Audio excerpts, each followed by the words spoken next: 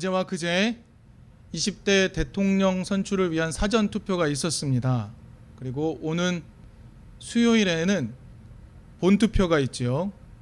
이 투표를 통해 새로운 대통령, 제20대 대한민국의 대통령이 선출됩니다.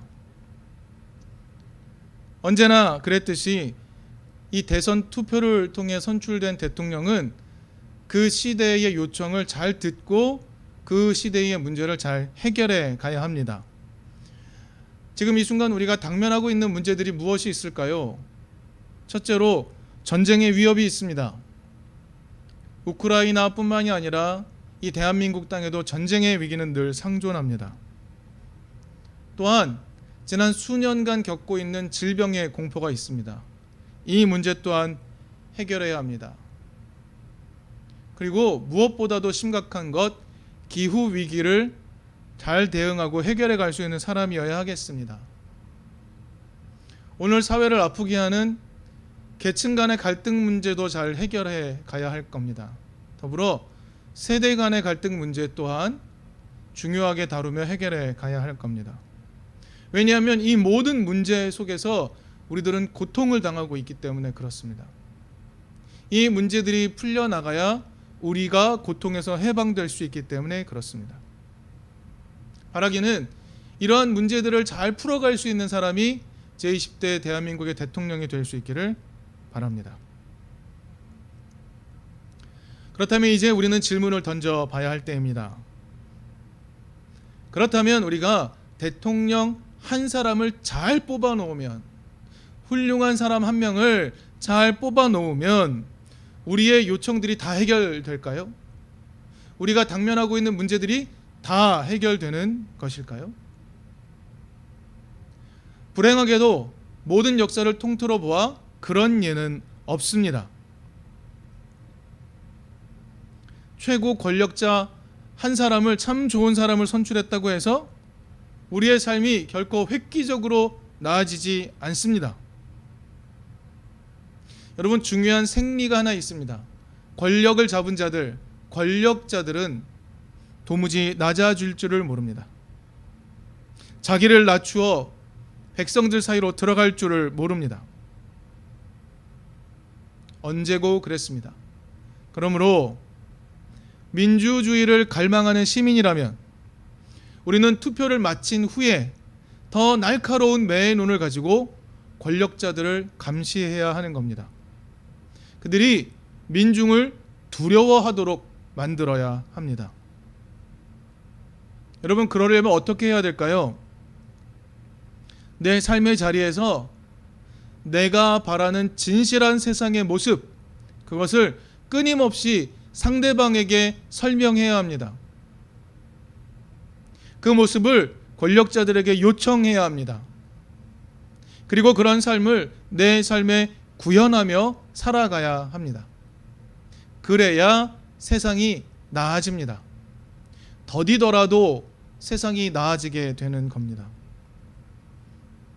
한 명을 뽑아서 세상이 바뀌는 게 아니라 우리가 바뀌어야 세상이 바뀌는 겁니다. 부동산 문제를 해결해 줄 대통령을 원하면서 내가 구입한 부동산 가격은 더 높아지기를 바란다면,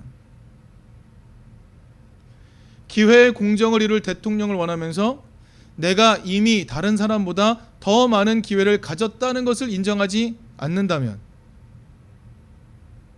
모두가 기회를 얻으며 살아갈 수 있게 만드는 기본소득을 이룰 대통령을 원하면서 세금은 더 안 내기를 바란다면 세상은 결코 나아질 수가 없습니다.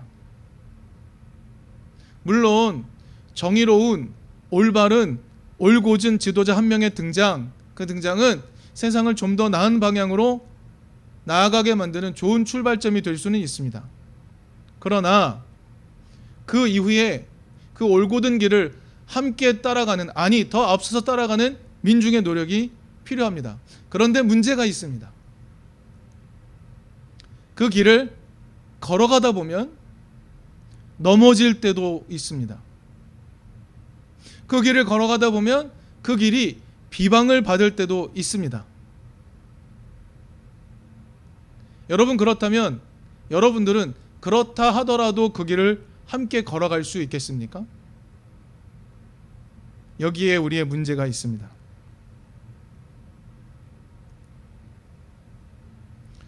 오늘 성경 본문에는요, 시므온이라는 사람이 등장합니다. 그리고 오늘 본문 바로 뒤에는 안나라는 사람도 등장합니다. 이 두 사람이 누가복음 2장에 등장하고 있습니다. 그리고 이 두 사람의 존재는 오직 누가복음에만 나타납니다. 게다가 이 본문을 천천히 읽어가다 보면 누가복음의 저자는 그렇게 중요해 보이지 않는 이 두 사람, 시므온, 안나에게 매우 중요한 메시지를 맡기고 있다는 것을 발견하게 됩니다. 누가복음 저자는 우선 시므온을 이렇게 소개하고 있습니다. 25절을 보면 시므온은 의롭고 경건한 사람이라고 소개하고 있습니다. 이 표현에는 좀 약간 깊은 의미가 있습니다. 의롭다는 것은요, 율법에 충실하다는 의미를 담고 있습니다. 경건한 사람이라는 것은 여호와 하나님을 경외한다라는 의미를 담고 있습니다. 그러므로 의롭고 경건한 사람이라는 말은 유대인의 율법에 매우 충실하며 그 하나님을 깊은 마음으로 섬기는 사람이라는 의미를 담고 있습니다. 그래서 이 표현으로 볼 때 시므온 이 사람은 유대교 가치에 매우 충실한 사람이라고 볼 수 있는 겁니다. 자, 그런 그가 이스라엘이 받을 위로를 기다리고 있습니다. 유대교 가치에 충실한 사람이 볼 때 이스라엘이 원하는 위로는 어떤 것일까요? 어떤 것이 이스라엘이 받을 위로라고 느끼는 걸까요? 여러분, 우리가 아는 대로 누가복음의 저자는 연이어 사도행전도 기록했습니다. 그런데 사도행전 1장을 보면 이런 내용이 등장합니다. 예수님은 부활하신 후에 40일 동안 제자들과 함께 하나님 나라에 관한 일을 다시 가르쳤습니다. 40일 동안 다시 한번 하나님 나라에 관한 일을 가르치셨다라고 기록이 되어 있습니다. 그리고 이제 승천하실 때가 되었습니다. 그리고 승천하시기 직전에 제자들과 마지막 대화를 나눕니다. 그런데 제자들은 40일 동안 다시 교육했음에도 불구하고 이렇게 예수님께 묻습니다. 예수님, 이스라엘에게 나라를 되찾아 주실 때가 바로 지금입니까? 라고 묻습니다. 여러분, 유대적 가치에 충실한 이들은요, 이스라엘 나라의 회복이야말로 이스라엘이 받을 위로라고 생각했습니다. 이스라엘이 피지배 국가가 아니라 하나님을 마음껏 섬길 수 있는 독립국가가 되는 것, 그것이 이스라엘 나라의 회복이라고 믿었던 겁니다. 그것이 이스라엘이 받을 위로라고 여겼던 거죠. 여러분, 시므온도 그런 사람이었습니다. 그래서 그는 예루살렘에 오래 머물렀다라고 기록합니다. 그리고 유대인의 입장에서의 구원자를 기다리고 있었습니다. 그런데 그가 성령의 인도하심에 따라 성전으로 들어갔고 마침 할례를 받기 위해 예루살렘에 찾아온 8일 된 핏덩이 예수를 만납니다. 그리고 성경은 이렇게 기록하죠. 그리고는 그가 예수에게서 하나님 나라의 빛을 발견했다라고 기록하고 있습니다. 근데 우리는 여기서 한 가지 의문을 갖고 그 다음으로 넘어가야 합니다. 과연 예수는 시므온이 원하는 일을 하셨던가? 오늘 본문은 아니지만 그 뒤에 안나라는 사람이 등장합니다. 안나, 어떤 사람이었는지 성경은 잘 소개하고 있습니다. 이렇게 말합니다. 아셀 지파에 속하는 바누엘의 딸인 예언자 안나라고 소개합니다. 마치 그녀가 유대인 정통 지파 가문에 속한다는 것을 강조하는 것처럼 보이죠. 왠지 힘이 느껴지는 소개입니다. 그런데요, 이어지는 안나에 대한 소개는요, 그녀가 매우 힘겨운 삶을 살았다는 것을 보여줍니다. 안나는 결혼 후에 7년을 남편과 함께 살았다라고 기록하고 있습니다. 보통 당시 유대인들은요 10대 때 결혼을 했습니다. 그런데 7년을 함께 살고는 사별을 하고 과부가 되었습니다.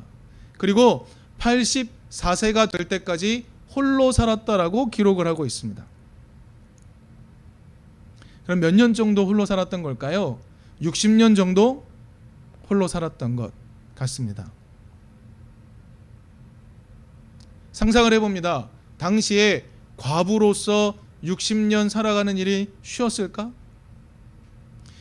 성경은 그녀가 아셀 지파 바누엘의 딸 예언자라고 말하고 있지만 그녀가 과부로서의 60년의 삶을 살아가는 것은 어땠을까? 상상해 보게 됩니다. 결코 쉬운 일이 아니었을 겁니다. 아니, 매우 힘겨운 삶이었을 겁니다. 그녀의 삶은 결코 녹록하지 않은 매우 힘겨운 삶이었습니다. 그럼에도 성전에 와서 밤낮 금식과 기도로 하나님을 섬겨왔다라고 말합니다. 그녀에게는 갈망이 있었습니다. 하나님을 섬김으로 하나님 나라가 찾아오는 갈망이 있었습니다.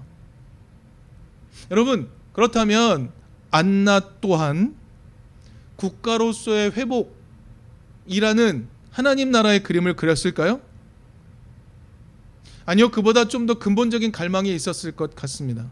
그녀의 좀 더 근본적인 갈망은 무엇이었을까요? 아마도 고아와 과부로 상징되는 약자의 삶, 자신의 삶, 그 삶이 행복해지는 하나님 나라, 내가 좀 살아갈 수 있는 하나님 나라, 그런 하나님 나라를 기대했던 것이 아닐까요? 오늘 성경 본문 뒤쪽에 나오는 내용을 보면 안나 또한 핏덩이 예수를 만납니다.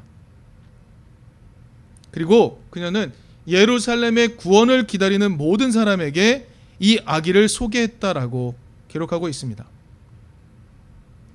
이제 우리가 살펴보았습니다. 누가복음의 저자는 구원자를 기다리는 대표적인 두 사람을 소개했습니다. 시므온과 안나입니다. 그런데 이 두 사람은 아주 상반된 구원, 아주 상반된 하나님 나라를 기대하고 있습니다. 한 사람은 이스라엘 나라의 회복을 기대하는 사람이었고, 다른 한 명은 약자가 행복한 하나님 나라를 기대하고 있습니다. 그런데 이 두 사람 고백을 통해서 동시에 나타나는 것이 있습니다. 그것은 예수, 그 예수는 더 나은 세상을 향한 출발이 될 수 있다는 겁니다. 예수 한 분의 등장은 더 나은 세상을 향한 좋은 출발이다라는 것을 시몬과 안나의 입을 빌어 소개하고 있는 것입니다. 그런데요, 정작 중요한 것은 시므온의 고백 속에서 찾을 수 있습니다. 오늘 본문의 내용입니다. 시므온은 30절, 32절에서 예수는 백성들을 구원의 길로, 구원의 올곧은 길로 이끌어 갈 것이라고 말합니다. 예수에 대한 기대가 있죠. 예수가 사람들을 이끌어가는 그리스도요, 지도자가 될 것이라는 기대가 있는 겁니다. 그런데 34절에서는 이렇게 말합니다. 이 아기는 이스라엘 가운데 많은 사람을 넘어지게 합니다라고 말합니다. 새 번역은 넘어지게라고 되어 있지만 원문의 좀 번역을 제대로 살펴보면 패배하게 만듭니다. 이런 의미를 담고 있습니다. 아니, 이 아기 예수가 이끄는 길 따라가다 보면 패배할 수도 있습니다라는 말을 시몬의 입을 통해서 하고 있는 겁니다. 또 이런 말 합니다. 그 아기 예수가 비방받는 표징이 된다라고도 말합니다. 올곧은 구원의 길을 이끌어갈 예수인데 그가 비방을 받는 표징이 된다라고도 말하는 겁니다. 여러분, 누가복음의 저자는 지금 시므온의 입을 빌어서 이렇게 알려주고 있는 겁니다. 예수에게 민족의 해방의 구원을 기대하며 따라갈 수 있다. 그 예수의 길을 따라갈 수 있다. 그러나 그 기대는 실패할 수도 있다. 오히려 비방받을 수도 있다. 이 이야기를 시므온의 입을 빌어서 이야기하고 있는 것이죠. 예수를 따르는 길은 결코 낭만적이지도 않을 겁니다. 내 필요가 마구 이루어지는 그런 낭만 없을지도 모릅니다. 오히려 비방받는 더 힘든 길일 수도 있습니다. 누가복음의 저자는 시므온의 입을 빌어서 그렇게 말하고 있는 겁니다. 이런 의미를 줍니다. 당신이 예수를 그리스도로 믿고 그분에게서 구원의 길을 발견하여 따라간다고 합시다. 그런데 그 길을 따르다가 패배할 수도 있습니다.